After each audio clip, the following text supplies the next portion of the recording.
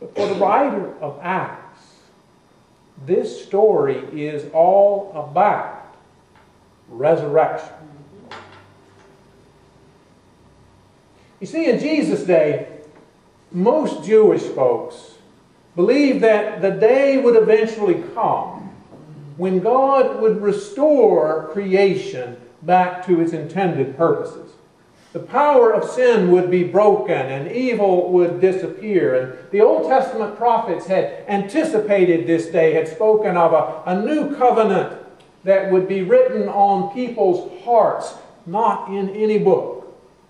And the faithful believed that when God acted to do this, that the present age would come to an end. At the end of the age, God would restore all things. God's peaceful dominion would encompass all creation.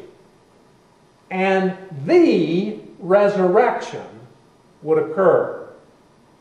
This was an event, a moment when the righteous dead would be raised and would participate in God's peaceable kingdom, God's new reign.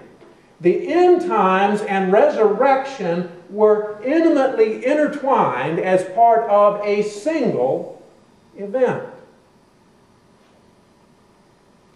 When the first Christians proclaimed that Jesus was raised, had been resurrected, they were not in any way disputing this connection between resurrection and God's coming kingdom. In fact, they insisted on it. The bold claim that Jesus was raised, of His resurrection, was that it proved that God's kingdom was breaking in, that it was here, that the old age was passing away and a new arriving. The only change the church made to the Jewish notion of resurrection was to split it into two parts. There was Jesus' resurrection, which had dealt a death blow to sin and death, to the old age, and had inaugurated a new. And there was a yet-to-come general resurrection, when all would be raised and the kingdom would come.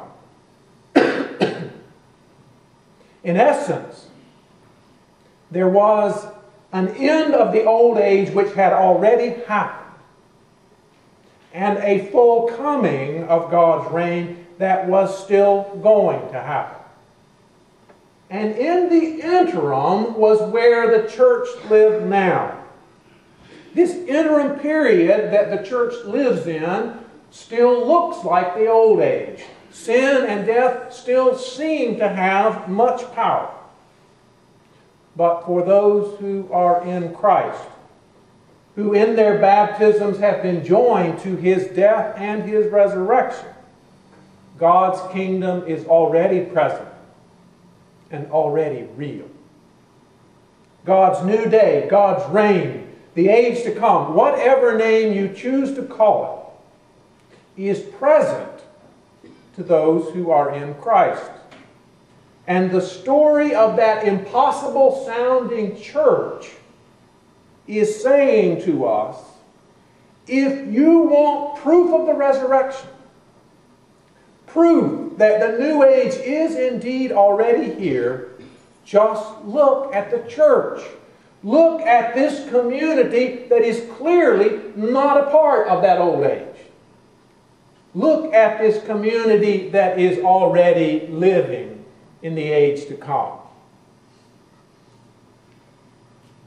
In the Presbyterian Book of Order, part of our denomination's constitution, there is a list called the Great Ends of the Church. And there are 6 of these ends, or purposes, for which the church exists. And the last on the list is the exhibition of the kingdom of heaven to the world. In other words, the church demonstrates by its life that resurrection is real and that a new age has dawned.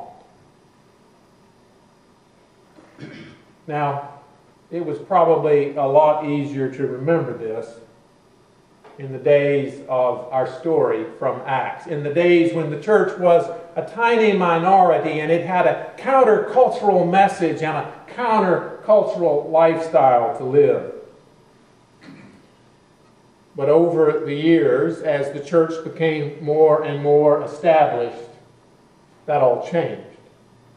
And many of us grew up in a world and a time when the line between church and world had become difficult to find. Many of us grew up in a time when we thought of America as a Christian nation. And we didn't need to be different from the culture because it was a Christian culture. Well, I feel completely comfortable and confident in saying that was a huge mistake. It was a mistake made with the best of hopes and the best of intentions, but it was a mistake nonetheless. This mistake inadvertently transformed the stunning, impossible news of resurrection of God's kingdom breaking into the present age into a personal promise of life after death and a hope in human progress. Now, I know a lot of Christians who are horrified that the American culture is so quickly losing its Christian veneer. They lament the diminishing number of people in worship in this country, the ever-decreasing number of people who believe in anything that vaguely approximates Christian faith. But I think this may just be one of the greatest gifts the American church has ever received. I say that because this gives us an opportunity, a chance to rediscover who we are, to rediscover our calling, to rediscover the power of resurrection. Christ is risen. The old age is passing away. A new age has begun, and those who are in Christ have already seen it. And when Christ's Spirit fills a congregation, the new age lives there and becomes visible there. And when Christ's Spirit fills this congregation, that new age is visible here. And the world around us can catch a glimpse of what humanity, all humanity, is meant to be and what it will indeed become. Thanks be to God.